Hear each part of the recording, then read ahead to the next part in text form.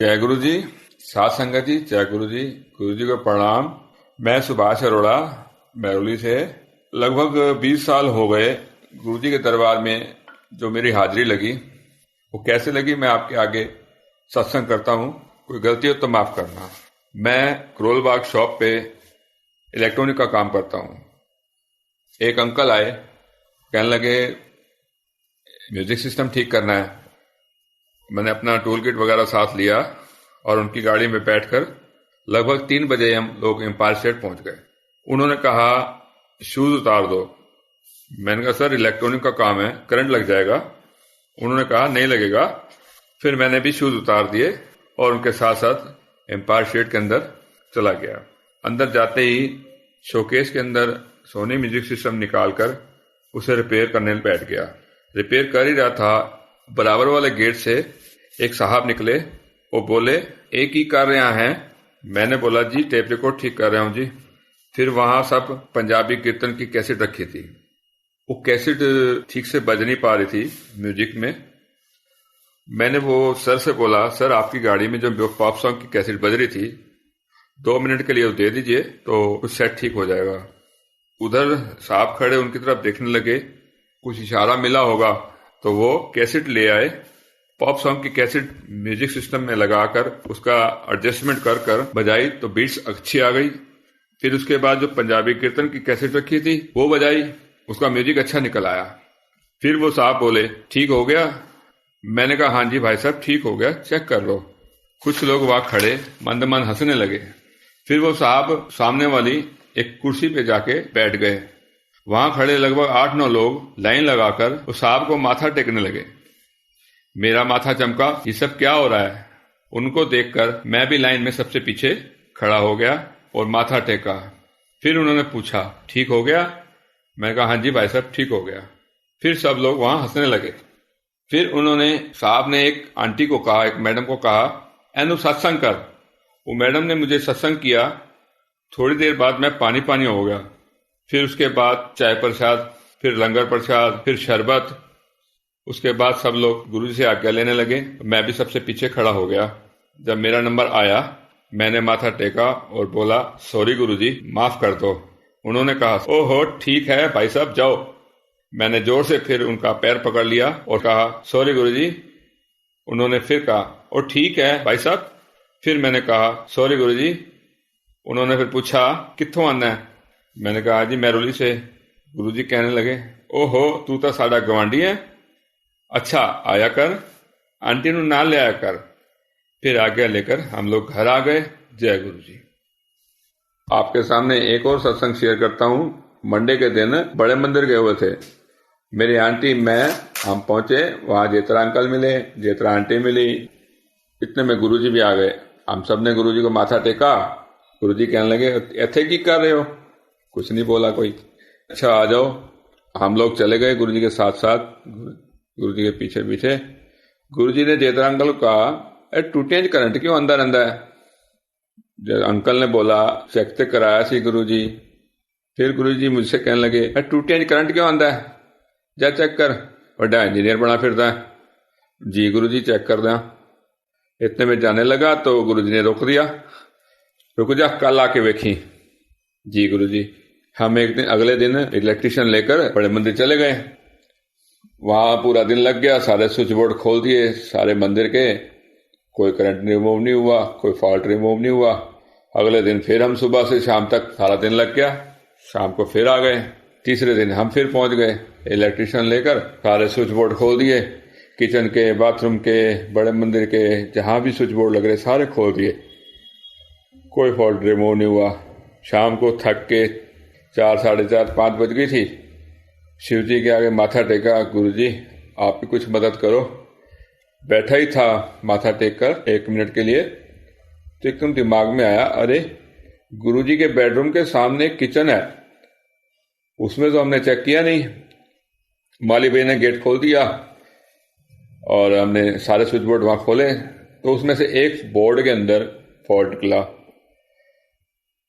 Fault remove हुआ तो बराबर टूटे में करंट चेक किया, ओके एकदम ओके, सारा फॉल्ट रिमूव हो गया। तो हम सेटिस्फाइड हो गए कि हाँ भाई फॉल्ट रिमूव हो गया। हमने सारे स्विच बोर्ड वापस पैक कर दिए।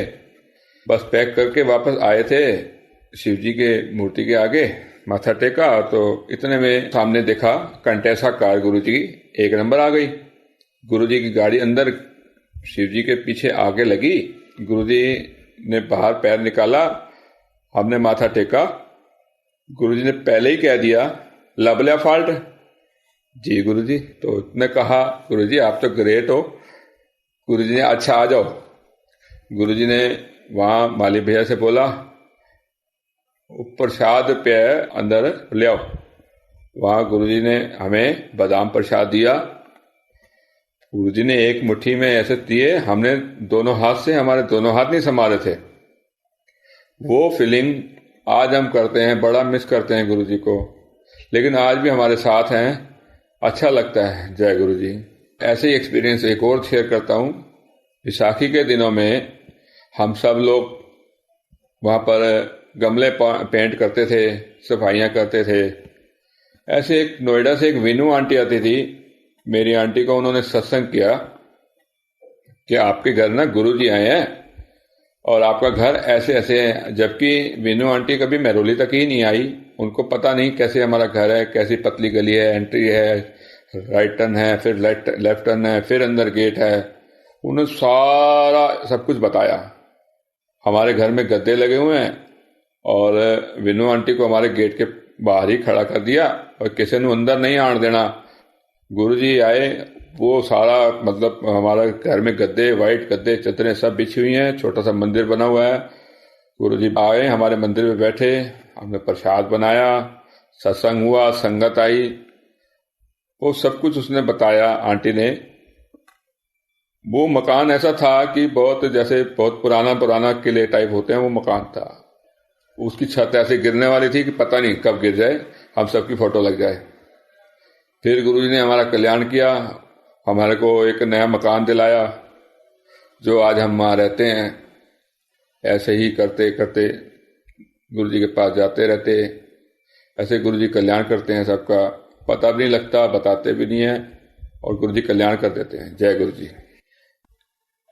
ऐसे एक बार एक एक्सपीरियंस मैं आपके आगे शेयर करता हूँ। विसाखी का दिन था। विसाखी के दिनों में मंदिर में सेवाएं होती हैं 15 दिन पहले, 10 दिन पहले, तो वहां पर भी हम सब सेवा में लगे हुए थे। कमले पेंट होते थे, सफाइयां सब करते थे। ऐसी वहां एक छोटी सी सेवा मिली थी, तो कुछ न करंट आने लगा था दोबारा। करंट आते सब चेक करने लगे, इलेक्ट्रिशियन ले आए, सब कुछ ले आए।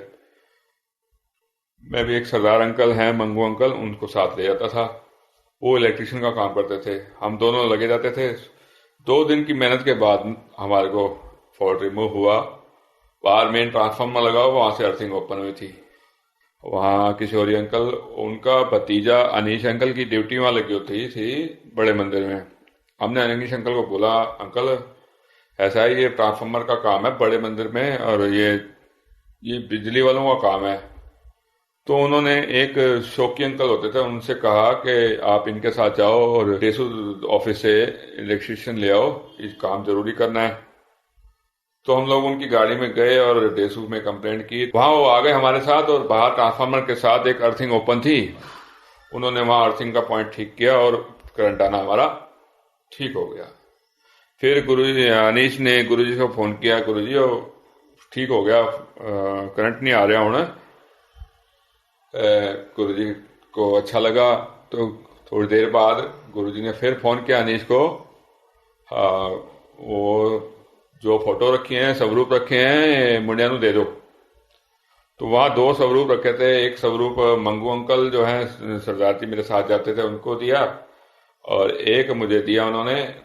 तो वो जो स्वरूप दिया, आज लगभग 13 साल हो गए उस स्वरूप हमारे पास है। उसका कुछ नहीं बिगाड़ा, जैसा का तैसा है और बहुत सुंदर अभी तक भी है हमारे पास। वो जैसा मतलब जैसे गुरुजी का दिया वही कोई चीज कभी खराब नहीं होती, अभी तक वैसे का वैसा ही है।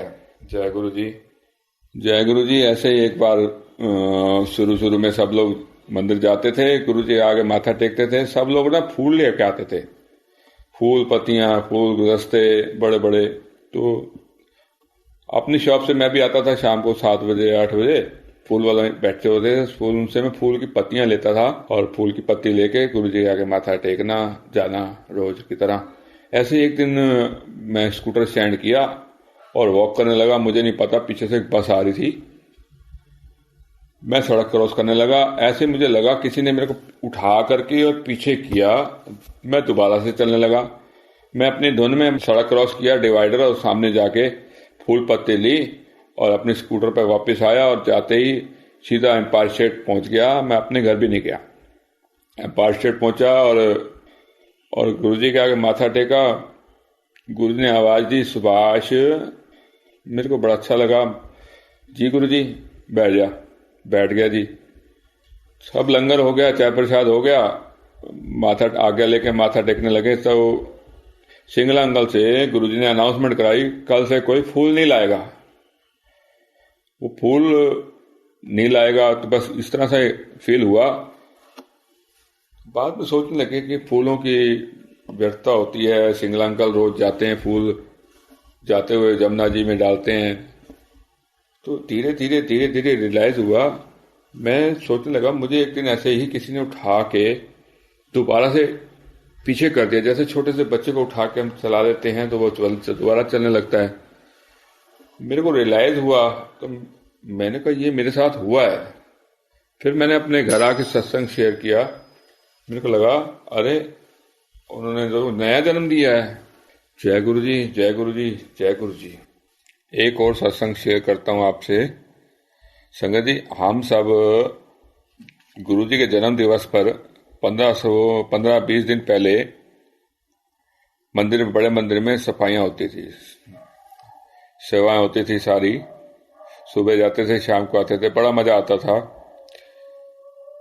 पेड़ पौधे पेंट करने, गमले पेंट करने, सब मंदिर देखना, जो छोटी छोटी कमियां होती सब देख के हम सब ठीक कर लेते थे। ऐसे ही सारा मंदिर एक दिन चकाचक हो गया और ऊपर शिवलिंग के ऊपर निशान साहब होते हैं, जो झंडा जो लगा होता है, वो बहुत मैला पुराना लग रहा था। हमने सोचा ये झंडा भी चेंज करेंगे। तो हम करीब 6-7-8 लोगों की टीम हुआ करती थी। इस टीम में सब लोग अपना अपना योगदान देते थे और कमल अंकल ने झंडा बनवा कर ले आए और गुरुजी से ब्लेस कराने के लिए ले गए। हम लोग ले गए। उसमें मेरी आंटी अंजू और एक चेतन अंकल हैं, वो दोनों गुरुजी के पास गए। पहले तो कक्कड़ अंकल जाने नहीं दे रहे थे, फिर किसी तरह रिक्वेस्ट करके हम गुरुजी के पास पहुंचे। एक नई सी प्लेट लेके उसमें झंडा लगा के और फूल वूल लगा के गुरुजी के पास ले गए। गुरुजी को बताया कि गुरुजी मंदिर तो सब साफ सुथरा हो गया, झंडा बहुत पुराना लग रहा है, ये चेंज करना चाहते हैं। गुरुजी बहुत खुश हुए। पूछा किसने बनाया है? आंटी ने बताया कमल अंकल ने बनाया जी। और फिर हम लोग भी चाहे। गुरुजी बहुत खुश हुए, कहने लगे वेरी गुड, हाँ ब्लेस करता जाओ, चेंज कराओ। हम लोग सोचने लगे कि झंडा चेंज कैसे होगा। गुरुजी ने ब्लेस कर दिया। यहाँ शटरिंग लगाएंगे, इतनी ऊपर चढ़ेगा कैसे? जो चढ़ गया तो गिरेगा, बहुत मुश्किल हो जाएगी। हम बस मंदिर से, एम्पायर स्टेट से झंडा ब्लेस करके बाहर निकले थे। एक आंटी ने कहा मैं एक आदमी भेज दूंगी, वो आपको सवेरे 10 साढ़े 10 बजे बड़े मंदिर मिल जाएगा और झंडा चेंज कर देंगे। हम 10:30 बजे पहुंचे मंदिर और उन्होंने 20-25 मिनट में झंडा चेंज कर दिया ऊपर। जैसे ही झंडा चेंज करके नीचे आए और हमने हॉल में देखा अमृत प्रसाद ऊपर से आने लगा। हमने अमृत प्रसाद सबने लिया, सबको दिया। जय गुरु जी, जय गुरु जी, जय गुरु जी। एक और सत्संग शेयर करता हूँ। मई जून की छुट्टियां होती थी। मेरी आंटी अपना मम्मी के यहाँ गई थी और मेरा डेली का काम था अपना शॉप जाना और शाम को आ जाना। मंदिर भी हमारे टाइमिंग मिले हुए थे, 15 दिन में एक बार या हफ्ते में एक बार। पहले तो हफ्ते में एक बार हुआ, फिर 15 दिन में एक बार हुआ। तो 15 दिन में एक बार जब जाने का मौका मिलता था तो बिना परमिशन को जाना नहीं होता था। ऐसे ही रोजाना की तरह एक दिन घर में टीवी वगैरह देखा, म्यूजिक सुन लिया, बस बोर होके 12-1 बज गई। गुरुजी आ अरदास की, गुरुजी कल्ला बंदा कितने फसाता। तो बस बैठा ही था, थोड़ी देर बाद एक कंवर अंकल का फोन आ गया, बोलने के आपको गुरुजी बुला रहे हैं। मैंने कहा अंकल मजाक कर रहे हो। मैंने फोन रख दिया और सो गया। 2-3 मिनट बाद फिर अंकल का फोन आ गया, सुभाष अंकल आपको गुरुजी बुला रहे हैं, आप जाओ। मैं कहा अच्छा अंकल जाता हूं। मैंने कुछ ज्यादा ही ले रखी थी, तो मम्मी को बोला मैंने, मुझे गुरुजी बुला रहे हैं, आप मेन गेट बंद कर लो, मुझे देर भी हो सकती है। अच्छा बाहर, मम्मी बोली अच्छा बाहर से गेट बंद कर जा। मैं बस 10 मिनट में रेडीमेड तैयार हुआ और गुरुजी के पास चला गया। एम्पायर स्टेट पहुंचा। मुझे अभी तक यकीन नहीं हो रहा था गुरुजी बुला रहे हैं। मैं जैसे ही अंदर गया, मैं कहा पता नहीं देखते हैं, लोग जाने देंगे नहीं। जैसे ही अंदर गया तो राइट साइड पे गुरुजी बैठे थे। अंदर जैसे ही बोला तो आ गए हैं तुम? मैं कहा जी गुरुजी आ गया। अच्छा आवेख। मैंने मत्था टेका और डीजे अंकल के पास पहुंचा। मैं अंकल की हो गया? कहता बार बार बंद हो रहा है टेप रिकॉर्ड, चेक कर ले यार। तार खोल के दोबारा से लगाई और सेट ओके हो गया। सेट ओके हो गया तो सरदार अंकल कहने लगे डीजे अंकल जा गुरुजी को कह दे ठीक हो गया। मैं कहा नहीं अंकल, मैं तुझे आप जाओ, मैनू डर लगता। अंकल चले गए और अंकल गुरुजी के पास गए और बोले गुरुजी ठीक हो गया। ठीक हो गया? गुरुजी कहने लगे हाँ जी हाँ जी। अच्छा चलो ठीक है। स्माइली फेस में गुरुजी अंकल से कहा। अंकल कहने लगे अच्छा होंदा रहता है, चलो। ऐसे ही देर रात तक गुरुजी को पुराने गाने, पुराने फिल्म, अपना जैसे फतेह अली खान जो पिछले कवाले वगैरह गाते हैं, तो उनकी कैसेट सुनने का बहुत शौक था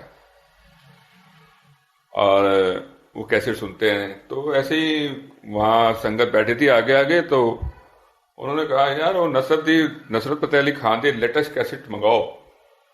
उनमें से एक संगत का कोई पाकिस्तान गया हुआ था, पाकिस्तान, तो उन्होंने कहा उन्होंने कह देने उन्होंने कह दे हाँ वो मंगा देगा, लेंदा आएगा। सब लोग उनका नंबर लगाने लगे, मिलाने लगे तो फोन मिले ही ना। तो ऐसे ही गुरुजी ने कहा हल्के से, ओहो सरदार मनमोहन सिंह कर दो।